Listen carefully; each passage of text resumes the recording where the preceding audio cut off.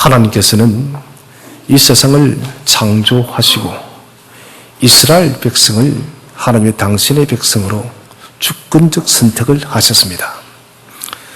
하나님의 주도적이고 주권적인 선택이기 때문에 우리는 왜 하나님께서 이스라엘 백성을 선민으로 택했습니까? 라는 질문을 할 수는 없습니다. 그것은 하나님의 고유한 주권적 영역이기 때문에 그런 것이에요.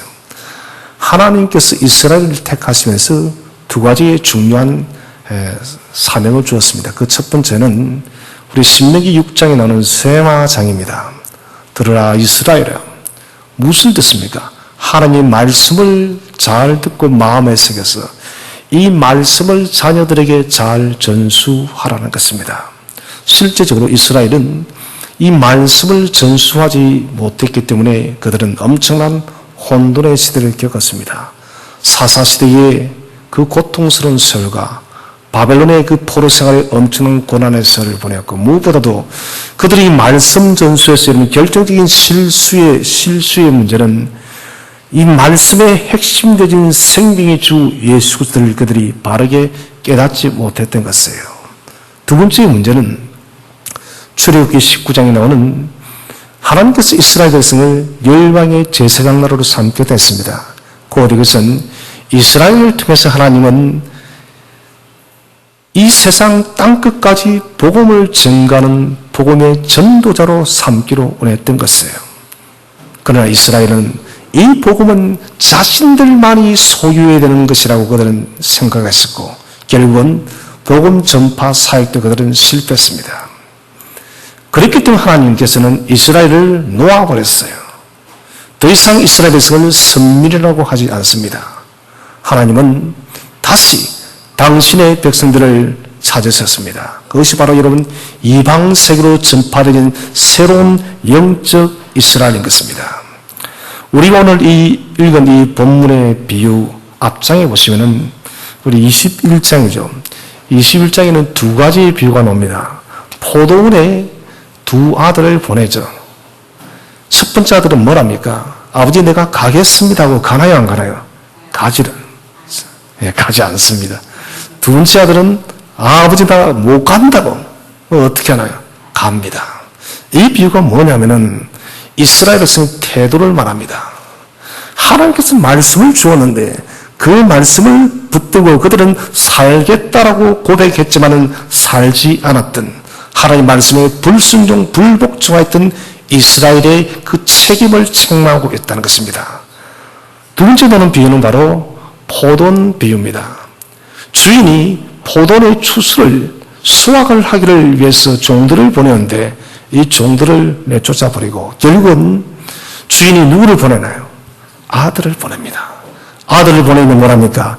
이 아들은 유업을 이어받을 자이니 우리가 이 아들을 죽이고 우리가 이 유업을 차지하답니다. 이것은 하나님 아들에 대한 태도를 말합니다. 그 무엇을 말합니까?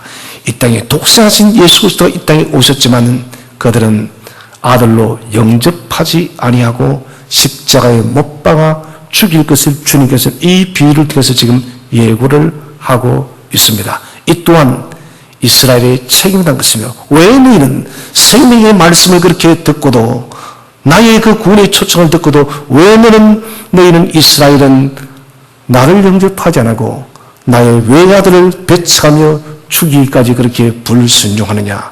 책임을 묻고 있는 것이에요. 그리고 이어지는 비유가 바로 오늘 혼인잔치 비유입니다. 우리가 혼인잔치 비유에 들어가기 전에 21장 45절 46절 말씀을 한번 다 함께 합독하도록 하겠습니다. 21장 45절 46절 시작. 대제사장들과 바리새인들이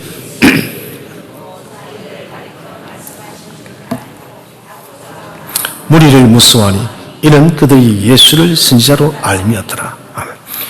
두 비유를 듣고 포도원 두 아들의 비유와 그리고 수확을 위해서 보낸 주인의 그 비유를 듣고는 그들은 바로 자신을 책망하는, 이스라엘을 책망하는 예수님의 메시지를 듣고 그들은 마음이 속이 부글거렸습니다. 오늘 성경 말씀 그대로 자기들을 가리킴을 알고 찾고자 하나 무리를 무수하니, 곧 예수님이 특별한 분임을 많은 백성들이 알고 있었기 때문에 죽이고 싶었지만 죽일 수가 없는 것이에요. 이들의 마음을 아시고 주님께서는 곧 혼인잔치 비유를 들고 있습니다. 너희는 이 위대한 혼인잔치의 특권을 소유하였음에도 불구하고도 이 잔치에 너희들은 응하지 않았다. 그들의 책임을 또다시 묻고 있다는 것입니다. 주님께서는 천국을 혼인잔치의 비유를 하고 있습니다.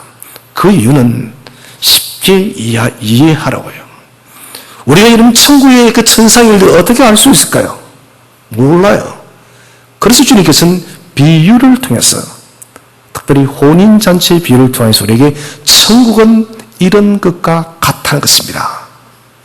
그래서 2절 말씀을, 우리 2절, 3절을 다음 때 한번 합독하도록 하겠습니다. 시작. 천국은 마치 자기 아들을 위하여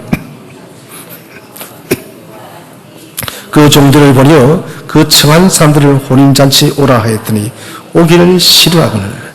천국은 마치 자기 아들을 위하여 혼인잔치를 베푼 한 임금과 같다 했습니다. 자, 주님께서 이 혼인잔치 비유를 든 것은 아주 시의적절합니다. 왜냐하면 지금 이 비유를 듣을 때는 예수님께서 공생의 마지막 주간입니다. 지금 당신이 어디에 계시나요? 예루살렘 성전에 계십니다. 곧 이것은 상징적입니다. 나는 이 성전의 왕이라는 것입니다. 나는 이 성전의 왕이다. 나는 이 성전의 주인이다. 특별히 여러분, 예루살렘에서 이 혼인잔치 비유를 드는 것은 의미가 있는 것입니다. 왜냐하면 예루살렘에서 펼쳐지는 잔치는 혼인잔치든 구제잔치든 간에 다른 도시에 비해서 아주 풍성했습니다. 또한 화려했어요. 왜 그러냐면은 이스라엘 사람들은 의무적으로 3년째, 6년째의 소득의 10분의 1은 무조건 구제를 하게 됐습니다. 구제를 하는데 어디에서 해야 되냐? 예루살렘에서 해야 됐습니다.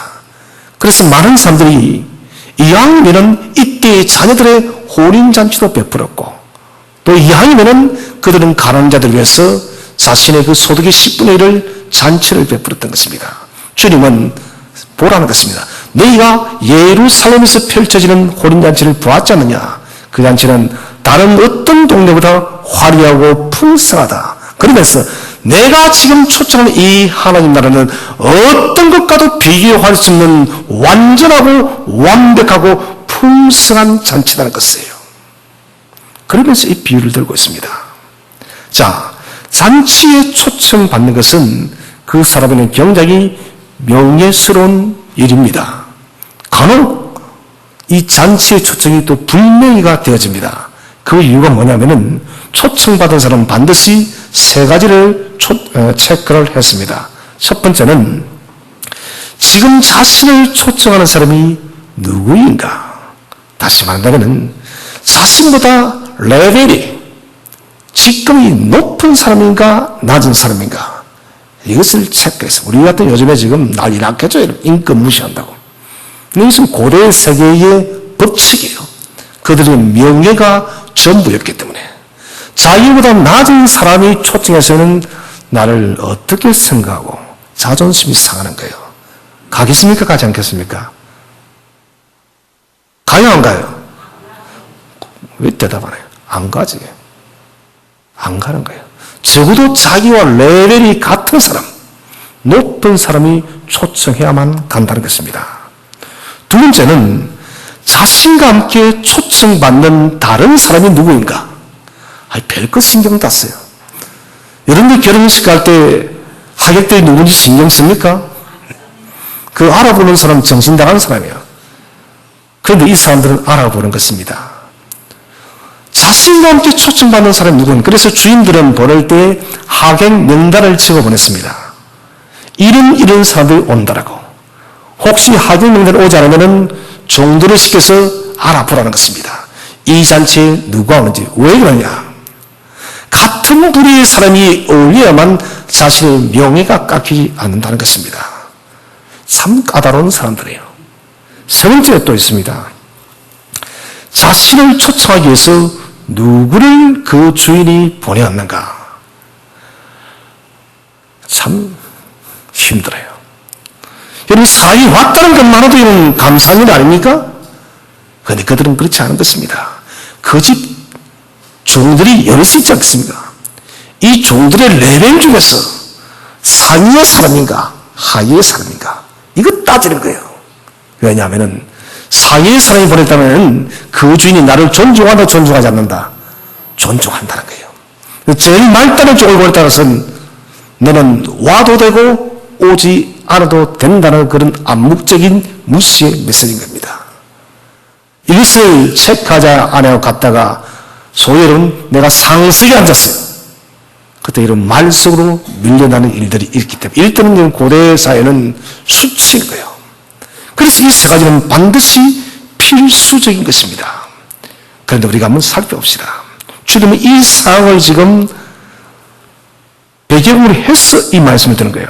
지금 우리를 이 위대한 천국 잔치에 초청하는 분이 누굽니까? 하나님이십니다.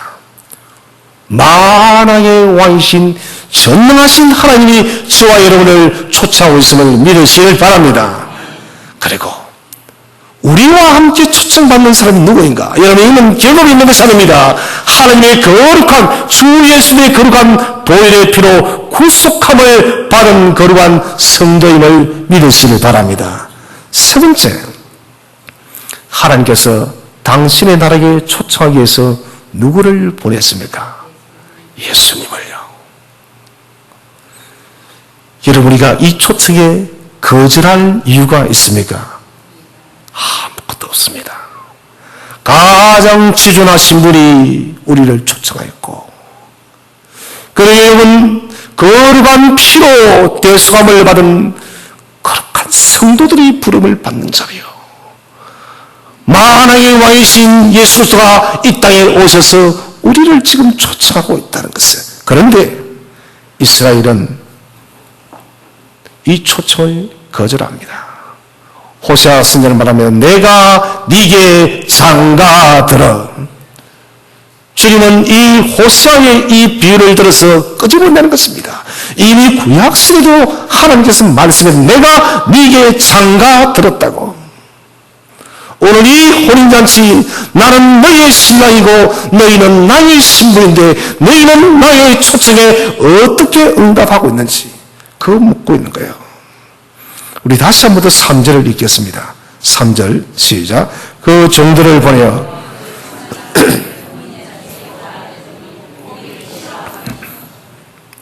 삼 3절은 첫 번째 초청입니다. 첫 번째 초청, 최초의 초청입니다. 이 초청은 언제 이루어집니까? 예수님의 공생의 기간, 지금이에요. 3절에는 그 종들, 이 종은 바로 주 예수 그리스도와 그의 제자들입니다. 예수님과 그의 12 제자들이 예루살렘, 유대, 여름 갈릴리, 이스라엘 전역을 돌아다니면서 주님과 제자들은 이곳저곳에서 주의 복음을 전했다는 것입니다.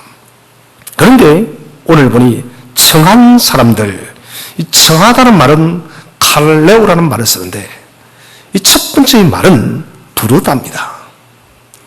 두 번째는 초대하다예요.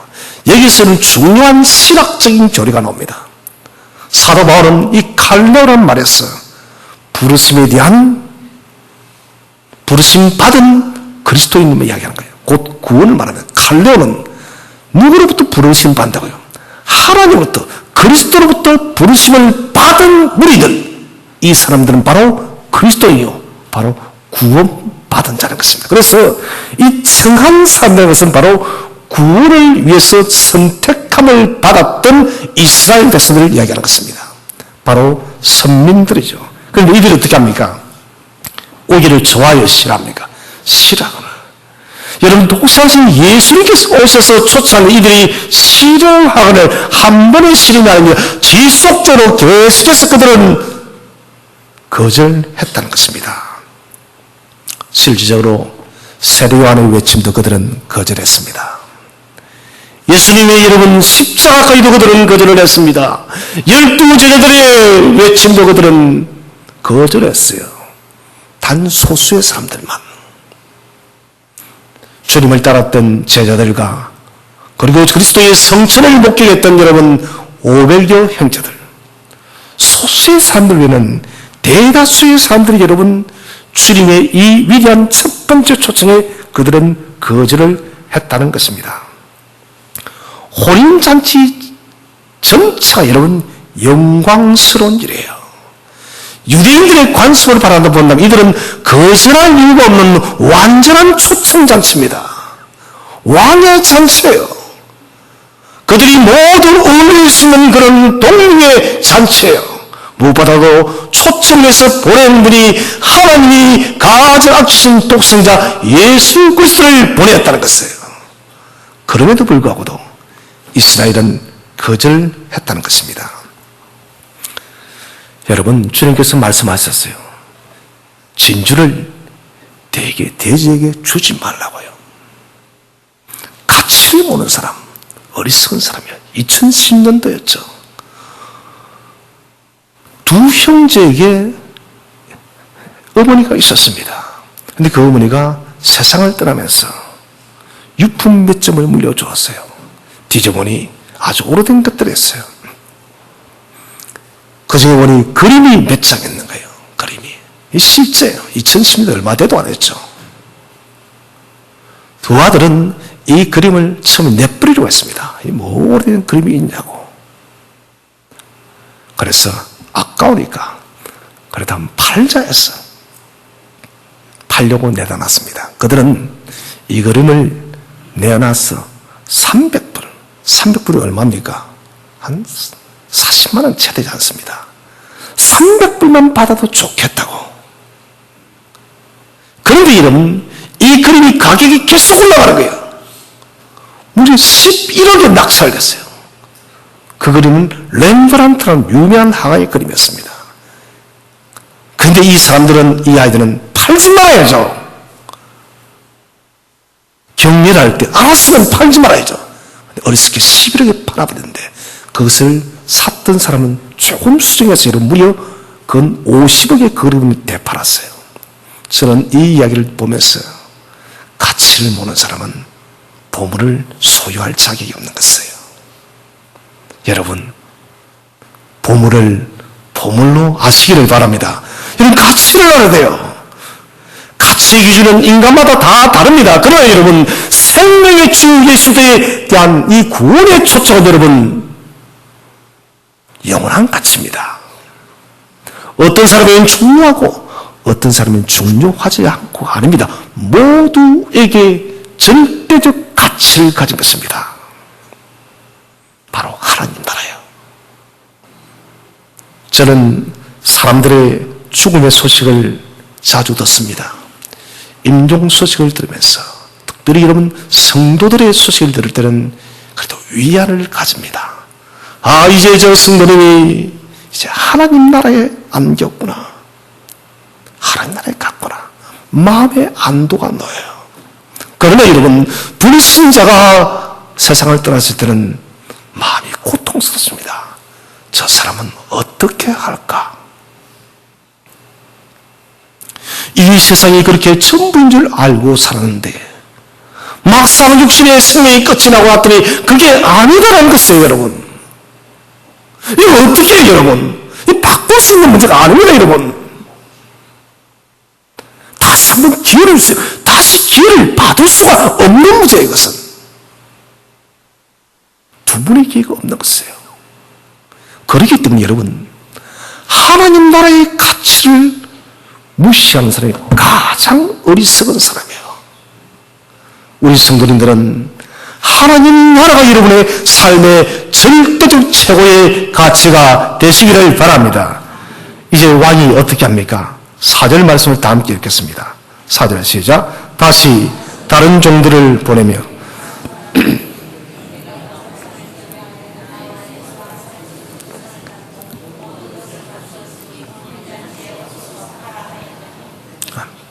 제가 하나님 같았으면 당장 끝내버릴 것인데, 그런데 하나님은 심판을 또 유보하세요.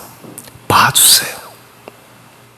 인내하신 하나님, 인내하신 하나님, 자비하신 하나님, 긍휼의 하나님이십니다. 이 두 번째 초청은 어떤 시대인가? 예수님의 십자가의 죽음과 성천 후에 바로 사도들의 시대예요. 사도들과 제자들의 시대가 바로 두 번째 초청이라는 것입니다. 자, 이 두 번째 초청은 가만히 보면 주인은 여러분 엄청난 희생을 합니다. 나의 소와 나의 살찐 짐승을 잡고 모든 것을 갖추었으니 완벽하다는 것입니다. 왜 이 임금은 모든 것을 갖추었다 했을까요? 그것은 누가 죽었습니까? 예수님이요. 예수 그리스도께서 십자가에 못 박혀 죽으심을 통하여 우리에게는 새로운 생명의 구원의 길이 열린 것이에요. 더 이상 이는 구약의 그 복잡했던 모든 제사가 다 파해지고 이제는 우리가 생명의 주 예수를 누구든지 모셔드리는 이 천국길이 열렸음을 믿으시길 바랍니다. 그래서 왕은 모든 것을 다 갖추었으니 너무나도 완벽한, 너무나도 완전한 초청잔치를 벌이고 있다는 것입니다. 십자가 은총을 통해서 인류가 이루는 결코 씻을 수 없었던 제3의 문제가 이루어졌습니다.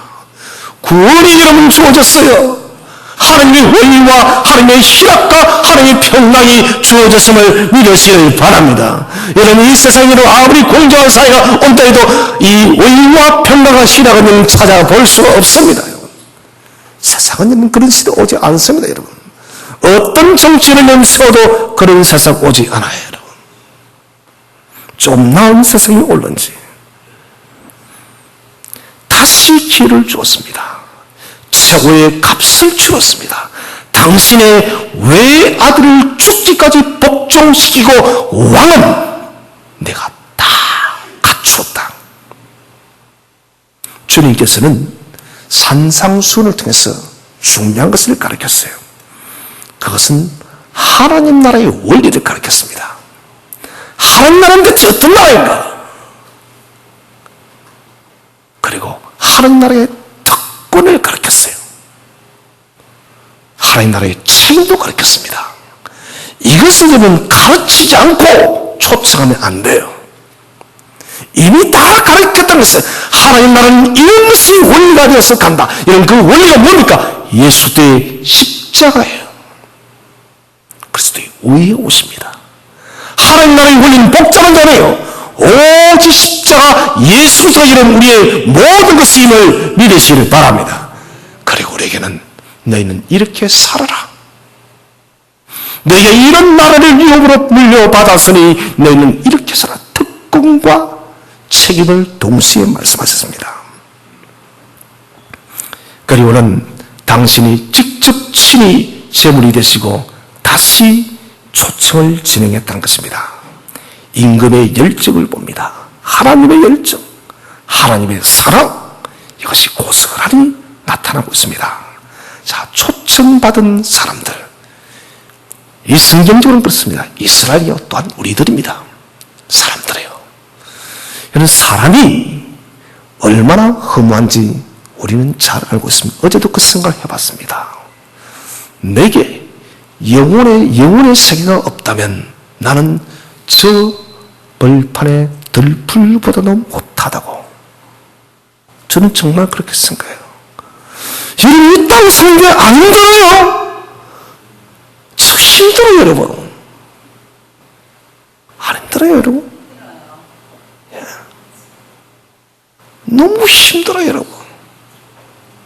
이렇게 이 땅을 고통스럽게 힘들게 사는데 여러분 우리가 영혼이 없습니다. 이런 그것만큼 허무한 게 어디에서 차라리 나무가 뜨는 게 낫죠. 차라리 여러분 짐승이 낫죠 여러분. 이양 영혼이 없으니까. 차라리 여러분 꽃이라도 떴으면 사랑이라도 받죠. 아니에요. 사람의 영혼이 없다는 것하고 비극적인 것은 없어요. 사람이 존귀한 것은 하나님의 루와흐, 혼을 불어넣기 때문에.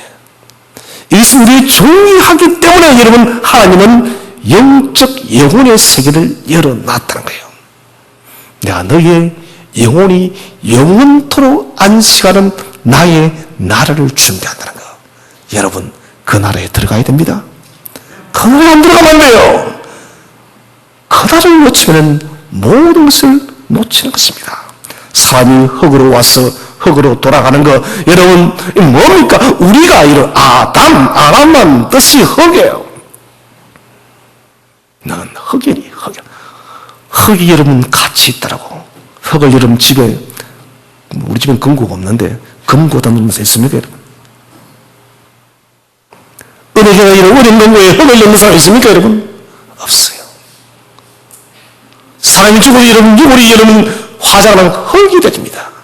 아무리 부모님을 살면 그 흙을 안고 사는 분이 있나요? 없습니다, 여러분. 그냥 흙으로 돌아간 거예요. 무예요. 모든 인류가 하나님의 초청에 응하지 않아도 하나님 나라는 이상무예요. 아무도 하나님의 초청에 응하지 않아도 하나님 영광은 단 1도 훼손되지 않습니다. 내가 저 돌들로도 누구를 삼을 수 있다고요? 아브라함의 후손을 삼을 수 있다고요.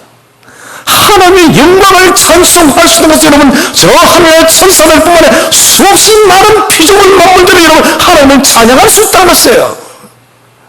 저희 같은 무가치한 존재들에게 대체 하나님은 무슨 마음으로 이렇게 여러분 위대한 초투장을 계속해서 떼어밀고 있나? 그것은 사랑이에요. 사랑에는 답변이 없습니다. 우리가 이런 가치가 있어서 아니라 우리에 대한 사랑 때문에 주님은 위대한 초청을 멈추지 않고 있다는 것입니다. 여러분, 위대한 초청을 놓치면 모든 손해와 고통과 징벌은 사람에게 있습니다. 야곱의 인생이 뭐가 특별했어요? 그거 무엇을 잘했어요 대체? 아버지를 속였고 정작가를 빼앗고 축복권을 빼앗고 삼촌들이 봐서 그런 속임수의 인생을 살았고 본받을 게 없어요. 그런데 하나님은 이 야곱을 선택합니다. 야곱이 기도하자는 이름 약복강 머리에 밀어넣습니다. 강제적으로. 야곱이 돌이키지 않으니 디나가 여러분 죄를 당하게 합니다. 결국 창세기 35장에서 베델에서 그가 모든 것을 묻어두고 다시 출발할 때 하나님은 야곱을 품는 거예요. 어디 야곱 뿐입니까? 여러분 다윗이 무엇이 새로운가요? 다윗이 무엇이 위대한가요? 없어요 여러분. 목동 여자가 여러분 쓰러지게 엎지면서 버려진 아이입니다. 그 버려진 아이를 하나님은 택하시고 그를 이스라엘의 왕으로. 그래서 다시 뭐라 내가 대체 무엇이었는데 종의 주님 대체 무엇이었는데 이렇게 은혜를 베푸시냐고 여러분. 우리는 여러분 아무것도 안 해요 여러분. 그런데 하나님께서 지금 이렇게 여러분 당신 아들 죽이기까지 하시면서 우리를 초청하고 있다. 이것은 사랑 외에는 주권적 사랑에는 달리 무엇으로 설명할 수 없는 것입니다. 완전한 하나님의 초청을 이스라엘은 사람들은 무시하고 알지 못합니다. 자, 이들이 어떻게 반응하고 있습니까? 22장 5절 말씀을 다 함께 읽겠습니다. 시작. 그들이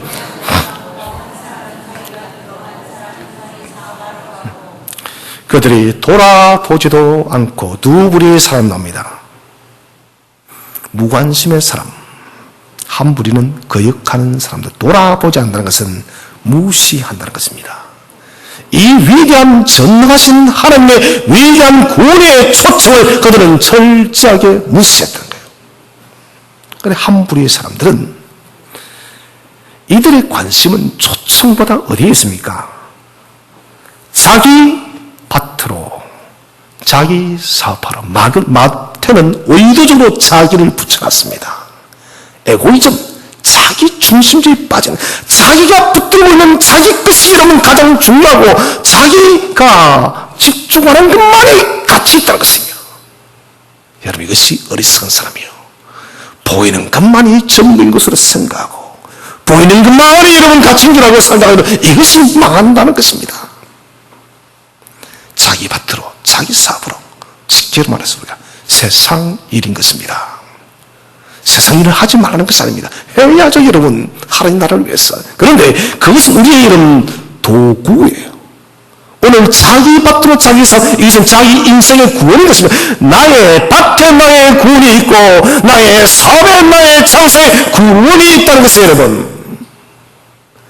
나의 밭에 하나님 나라가 있고 나의 사업에 하나님 나라가 있고, 여러분, 이런 사람이 지금 바로 자기 밭으로 자기 사업을 해요. 그런데 이 사람들이 너무 많다는 것이에요. 우리나라도 멀리 볼 필요 없죠. 지금 한국에 여러분 기독교인이 700만 정도까지 내려갔으니까 5천만에서 10%도 되질 않아요. 700만. 믿지 않는 자들 훨씬 더 많습니다. 왜 그러냐? 자기 밭이 하나님 나라로 생각하는 거예요. 자기 사업이 구원으로 생각하기 때문에 그들은 그렇게 사는 것이죠. 성도들 여러분, 죄송합니다. 말은 주 앞에 나서 예배를 하는데 여러분, 자기 밭이 하나님 나라예요. 자기 사업이 하나님 나라예요. 죄송합니다만은 주님은 이런 사람에게 무엇이랍니까? 주여 주여 하는 자마다 무엇이라고요? 다 천국에 들어갈 것이 아니라고. 여러분, 정신 똑바로 차리시기 바랍니다. 같이 한번 우리 진지하게 인사합시다. 정신 똑바로 차립시다. 정신 똑바로 차리다 눈이 뭉쳐야 되겠습니까? 눈 부릅뜨고 정신 똑바로 차립시다. 시작. 정신 똑바로 차려야 돼요.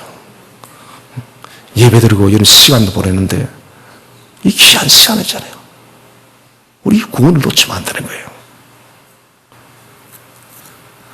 오늘날의 시대는 자기 중심의 시대요, 이기적 본능의 시대입니다.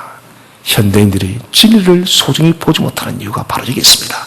자기 밭, 자기 사업, 이것이 구원이라 생각하는 것이에요. 이는 과연 그렇던가요? CJ 회장 손자입니까? 아들입니까? 여러분, 참담하지 않아요? 그렇게 유학 보낼 때 고작 들고 있는 마약이에요. 어디 CJ 뿐입니까? 재벌가의 손자 아들들이 3세들 다 그래요, 여러분. 자기 사업이 천국에 있으면 여러분, 아이들 천국에 잘 살아야죠. 아니잖아요, 여러분. 그러나 여러분, 물질적으로는 그만큼 풍족하지 못해도 바득바득이 살아가고 하나님 나라를 붙들고 사는 사람들은 자녀가 복되게 살아가는 거예요, 여러분. 자녀가 복된 거예요. 그게 복인 것이에요. 껍데기는 죽었다 깨어나도 알맹이가 될 수 없습니다. 세상은 여러분, 자기 밭, 자기 사업은 구원을 가장한 자기 껍데기예요. 여러분, 껍데기와 알맹이를 반드시 분별하시기를 바랍니다. 자, 계속해서 보시면 22장 6절 말씀 우리 한번 다 함께 읽겠습니다. 시작. 그 남은 자들은, 한 부류의 사람들은 자기 사업 그리고 자기 상자 들었는데, 이 남은 사람들은 뭐 했느냐? 종들을 잡아 모욕하고 죽이는. 여기 보면은 세 가지의 동사가 나오고 있습니다. 잡다, 모욕하다, 죽이다. 점층적입니다. 점층가에 잡았습니다. 그리고 그들은 모욕합니다. 그리고 죽였습니다. 누가 생각나나요? 누가 생각나나요? 예수 그리스도요. 예수님께 잡히시고 모욕당하시고 죽임당하신 분 여러분, 오늘 이 사도들의 시대에 제자들을 동일한 동일하게 잡히고 모욕당하고 죽임을 당했다는 거예요. 사람들은 완악하게도 위대한 왕의 초청에 대해서 이렇게 능력과 죽임까지 몰고 갔다는 것입니다. 이 일을 본 임금이 어떻게 합니까? 22장 7절 다 함께 읽겠습니다. 시작.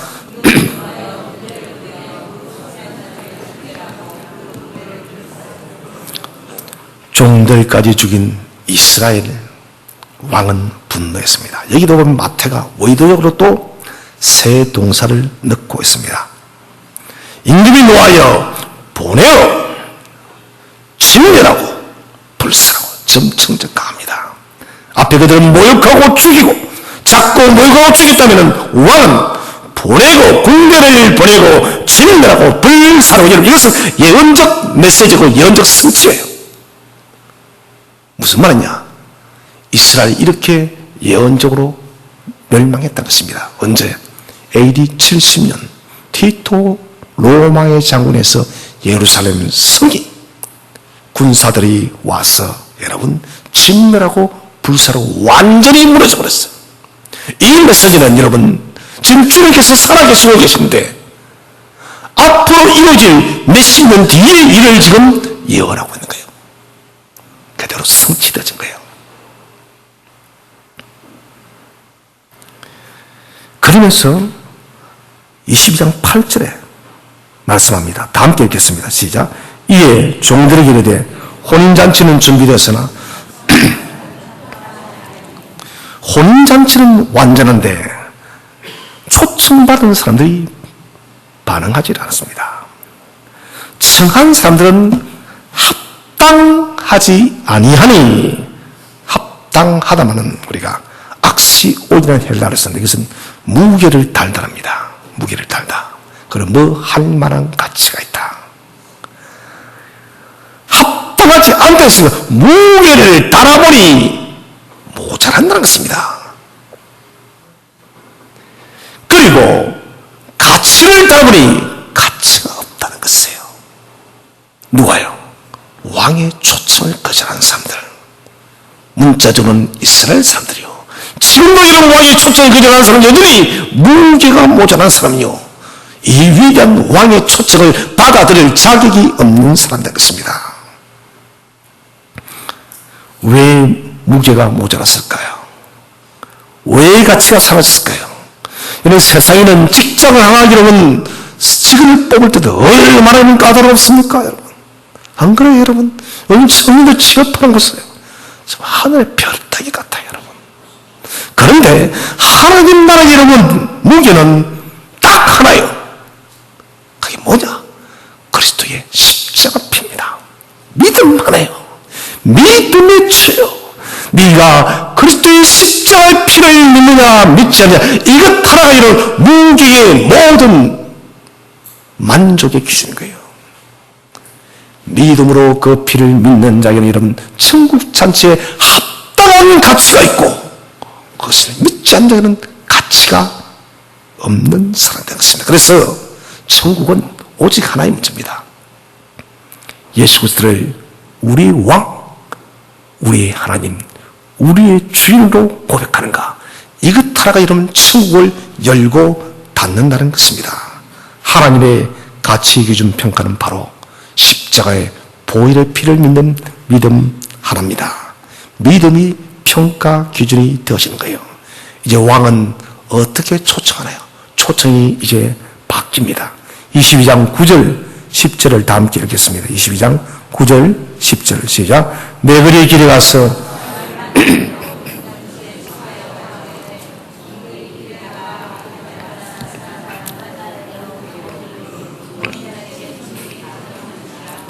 (9절) (10절은) 본격적인 이방 선교 시대입니다.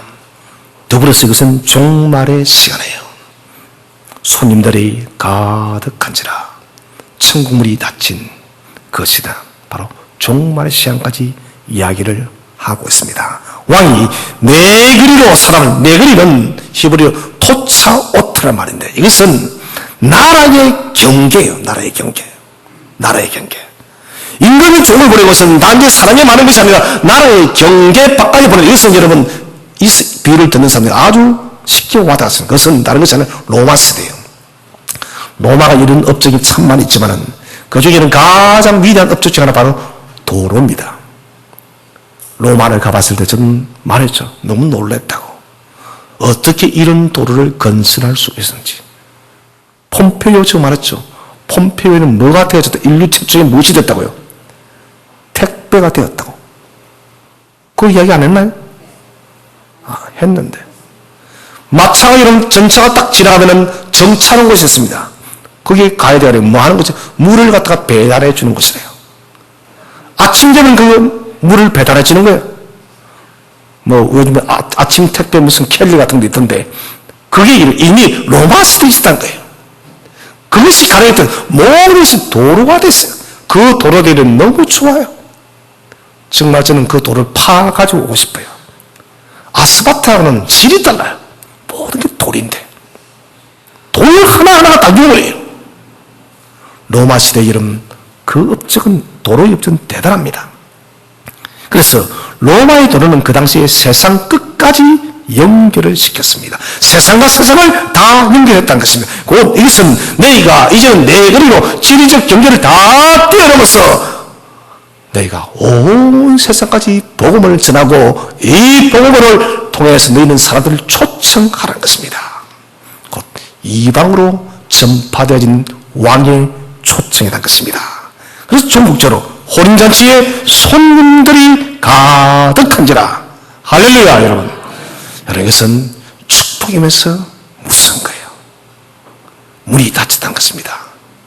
마지막인 것입니다. 더 이상 천국은 열린다 안 열린다? 안 열리는 거예요. 끝이 난 것이에요. 누군가가 여러분 그럴 리가 별로 없겠지만 10억짜리 여러분 상품권을 주었습니다. 여러분 들어도 기분 좋죠. 뉴욕에 안에 여러분 있어요. 1년이에요. 1년. 여러분 써야 되겠어요? 안 써야 되겠어요? 안 쓰면 뭐 돼요? 예, 그거 되죠. 당연히 1년 안에 써야 됩니다. 여러분 10억짜리인데 여러분 1,000원짜리도 아니고 그것을 안 쓰면 진짜 멍청한 바보예요. 그런데 여러분 하나님 나라는 15로 비교할 수 있는 초청장이 아닙니다. 그런데 이것은 무한성이 아니에요. 유한적입니다. 초대장이 마감이 있다는 것이에요. 초대장이 끝나고 나면 우리는 그 위대한 잔치를 더 이상 볼 수가 없는 것입니다. 이 혼인잔치가 벌어졌는데 문제가 발생했습니다. 22장 11절 12절을 다 함께 읽겠습니다. 11절 12절 시작. 임금이 손님들을 보러 들어올세 거기서 예복을 입지 않은 한 사람을 보고 이르되 친구여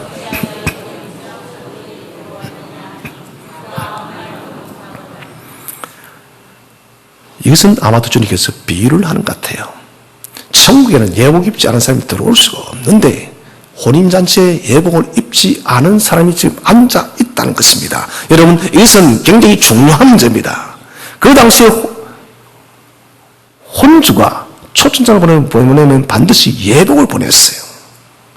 그 예복을 입고 잔치에 참여하는 것이 그 당시 문화입니다. 예복을 입지 않는다는 것은 그 주인의 기쁨 나는 동의하지 않는다는 것입니다. 결혼한다면 나는 당신 딸 결혼은 동의 안 한다고? 나는 당신 아들 결혼 별로 안 기쁘다고 이 말이에요. 주인의 기쁨 완전히 반하는 것이에요. 예복을 입지 않는다는 것은 잔치 주인인 임금과 관계없다는 것입니다. 예복을 입지 않는 것은 천국의 질서를 깨는 것은 왜냐? 이 예복이 무엇이냐? 그리스도의 십자가의 피로 만들어진 생명의 의의 옷임을 믿으시길 바랍니다. 그리스도의 의의 옷을 입지 않고서는 결코 어느 누구도 이 천국에 들어갈 수가 없다는 것이에요. 그런데 이 한 사람 의의 옷을 입었다 안 입었다? 안 입은 거예요. 이건 문제가 있습니다. 여러분 11절을 보시면은 예복을 입지 않은 아론에게는 동그라미를 쳐보세요. 아는. 그리고 12절에 예복을 입지 않고의 동그라미. 아는 않고 이것은 중요한 문제예요. 먼저 11절에 아는 이것은 단순히 예복을 입지 않았던 사실을 말합니다. 이까지는 좀 그래도 우리가 갸우뚱할 수 있어요. 근데 문제는 12절에 않고 이것은 의도적이라는 것입니다. 의도적으로 자신의 생각과 자신의 뜻을 따라서 나는 이 의복을 입지 않기로 결심했던 거예요. 이게 않고예요.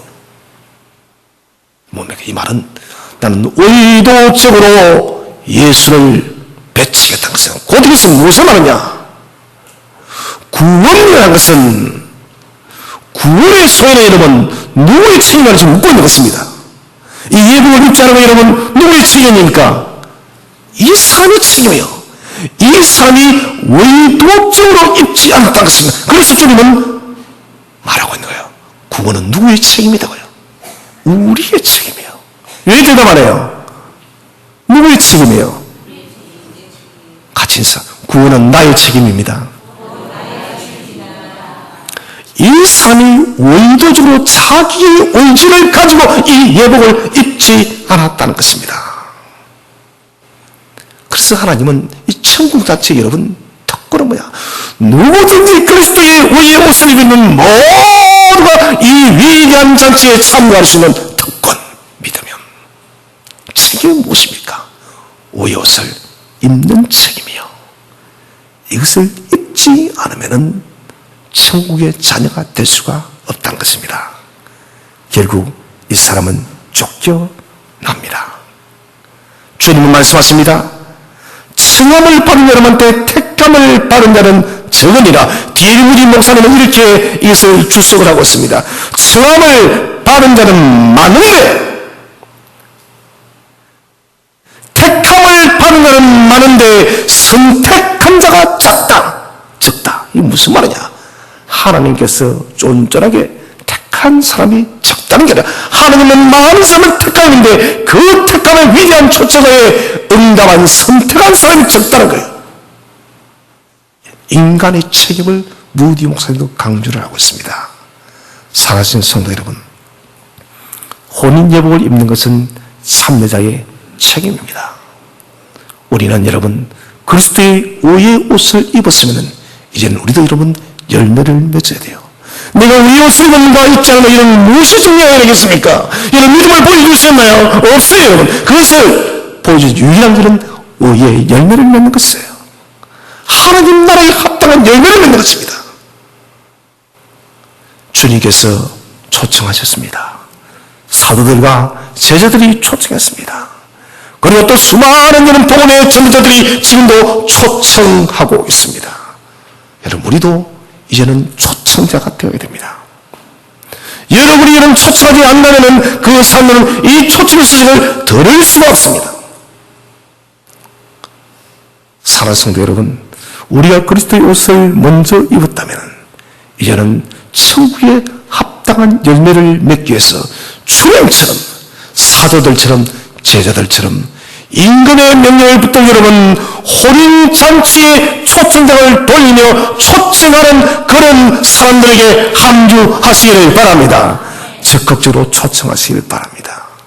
우리가 이런 초청하지 않는다면 그 사람들은 영원히 여러분 음부의 근처에서 이빨을 갈며 고통 속에 있게 됩니다.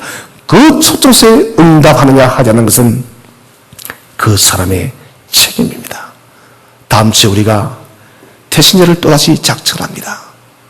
여러분 혼인잔치는 지금도 열려 있습니다.